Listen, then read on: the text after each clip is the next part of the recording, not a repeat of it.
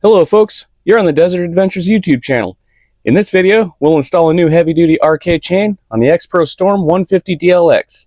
This video is sponsored by Apogee Performance Racing, the makers of the best chain lube, heavy-duty e-moto and dirt bike wheels, as well as carburetors and other parts and accessories for dirt bikes and e-motos. Go to apogeeperformanceracing.com. Alright, so to get this chain swapped out, because this thing just keeps stretching, so we're going to swap over to a heavy-duty RK. First, we got to get the master link off.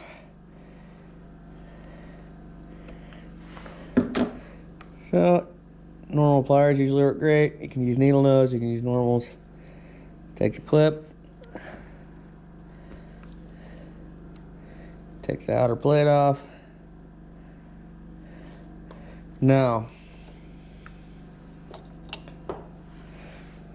I keep these because I always carry an extra master link with me when I'm riding. And then a little trick for getting the new chain on without having to get all nasty is to just use the old chain to pull it through.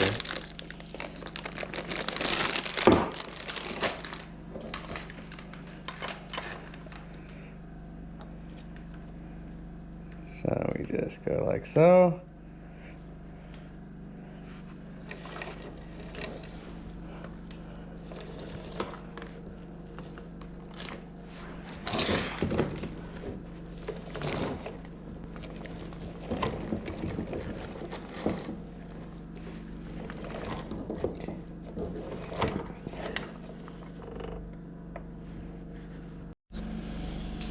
Once you get your chain length figured out, get your chain breaker here. Now there's other things you can use. You can even just cut the end of the rivets off with a grinder or a Dremel, but chain breaks are easy.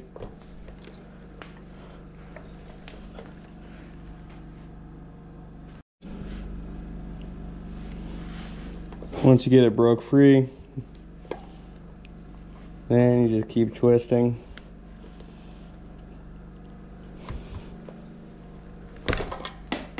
And that's it, pushing the pin all the way through. Then you back it back off, and you're cut.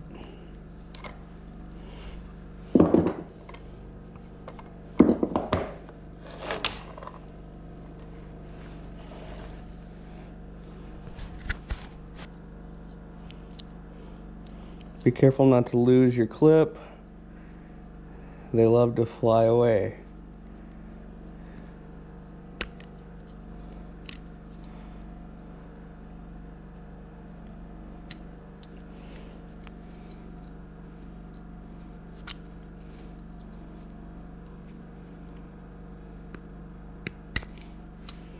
Don't pinch your fingers either.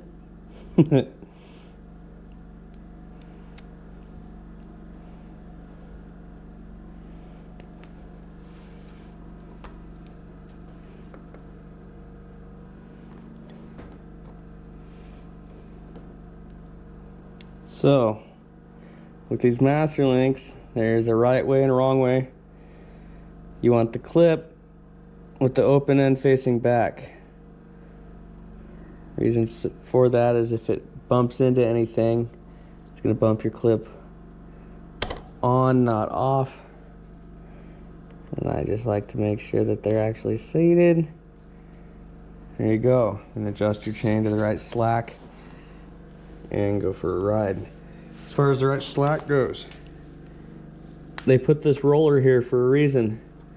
So I figure if the chain is getting tightened to the point to where it's no longer touching that roller, that's too tight. So make sure you don't over tighten. Loose is better than tight. Before you go ride, always make sure you lube your chain with some Apogee Performance chain lube, because it works the best. So today we're just going to explore some new roads that I haven't been up that look like they head up towards the Grand Wash Cliffs. And it'll also give me a chance to break in this RK chain. Now, the whole reason I installed the RK chain was because I've used this chain on my electric bike that produces a lot more torque than this gas bike does, and it lasts for a long time on it. I also wanted to get rid of the stock chain because it just kept stretching. It never seemed to break in and just kept going, and every ride I had to just adjust the hell out of the chain. And that gets old. And speaking of old, this old FMF that I installed on here definitely could use some repacking. I think it's getting a little louder than it should be, so I'll be doing a video on an exhaust repacking here soon. Show you guys how to repack any fiberglass packed straight through exhaust. They're all the same. And speaking of things to do in future videos, if you guys have any suggestions for things you want to see on this bike or just ideas you have for the channel, please let me know. Let me know in the comments below. And there are some slabs of shale in a railroad car here that caught my attention, so I gotta go turn around and check these things out. I'm all about finding some historic stuff out in the desert, maybe some old mining equipment. Never disturb stuff, guys. If you do come across something neat like this, always leave it where it's at and leave it be, but it's neat to check it out. Now we'll keep making our way up towards the mountains. I want to get higher in elevation. And one thing to always be on the lookout out here in open range country is cattle. And if you do come across cattle, try not to startle them, although sometimes you can't help it like this. And just don't harass any cattle or wildlife. But they are pretty funny critters.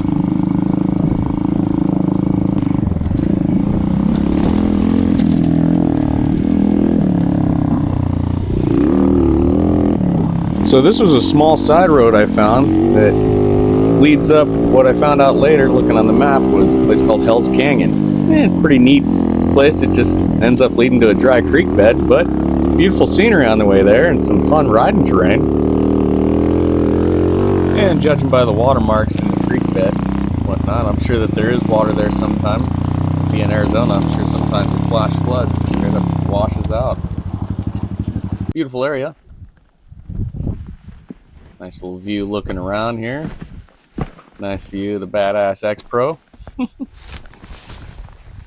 But now it's time to head back down this road and see what is heading up the other road that it forked off. Take a right instead of a left.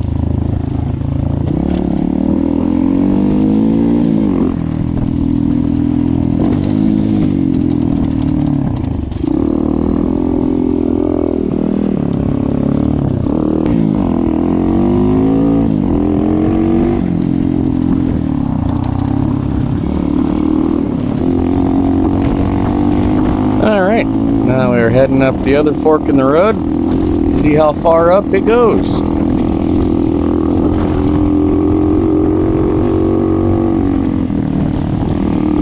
And from the looks of it, it looks like it goes all the way up.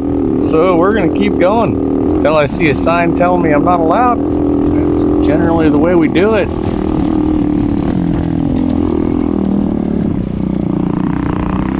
I do love how Arizona tends to get greener and greener as you get some elevation. Go higher up in the mountains and it just gets prettier. Especially when you start getting up into these junipers, pine trees, up in the cliffs. Some beautiful geology going on here at the Grand Wash Cliffs. This is pretty neat. I'm liking this new area I found. And I can hear the bike starting to run a little rich here at the higher elevation. Up here at the top, they're about 6,000 feet, 5,500 feet, somewhere in that range, depending on where I'm at on this road. And speaking of this road, it seems to be all rock, which is not great for these not great cheap tires. I should stop complaining about the cheap tires on the low price bike that actually is outperforming all of my expectations up here. The fact that it's now getting close to 600 miles with zero problems, and I have no qualms riding this thing, 90 miles, 100 miles in a day, I'm loving it.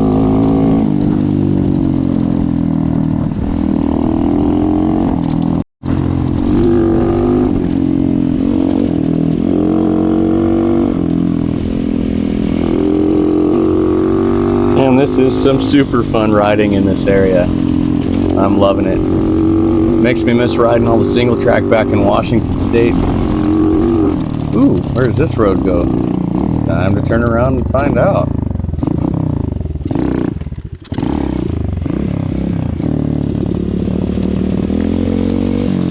Looks like we were heading downhill into another valley.